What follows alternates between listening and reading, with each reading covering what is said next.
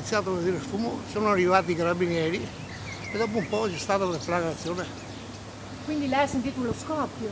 Sì, erano tutte chiuse a tapparelle, il fumo che veniva fuori, diciamo, dalle persiane e poi anche di là, insomma. Erano da poco passate le 9 quando Jura Ambroci, cinquantenne di origine moldava residente a Vetrego di Mirano, si è dato fuoco in casa. Un'esplosione che ha sconvolto i vicini che raccontano di aver sentito uno scoppio fortissimo.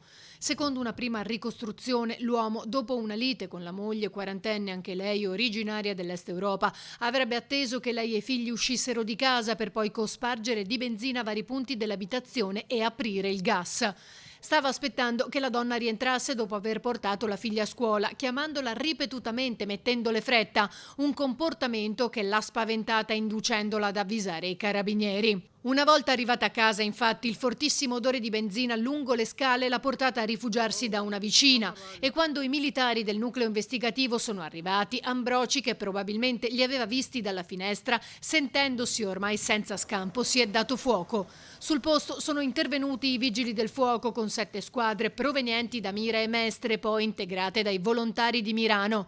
I sanitari del SUEM 118 hanno fatto il possibile per salvare il cinquantenne, ma le ustioni riportate erano troppo gravi e non c'è stato nulla da fare. Una tragedia dai contorni ancora poco chiari che avrebbe potuto coinvolgere anche altri condomini rimasti invece illesi. Sono stati allontanati dalle proprie abitazioni per permettere di effettuare le verifiche strutturali della palazzina a 2 piani e la messa in sicurezza dell'immobile, oltre allo smaltimento dei fumi dell'incendio. Il cinquantenne potrebbe anche aver avuto alcuni problemi legati alla ludopatia. Chi lo conosce, anche se in modo superficiale, è sorpreso dal suo gesto. È strano perché era una persona, insomma, oddio, abbiamo mangiato e bevuto anche insieme, che la mente umana poi si sa cosa viene fuori. Ma mi dispiace, siamo dolorati.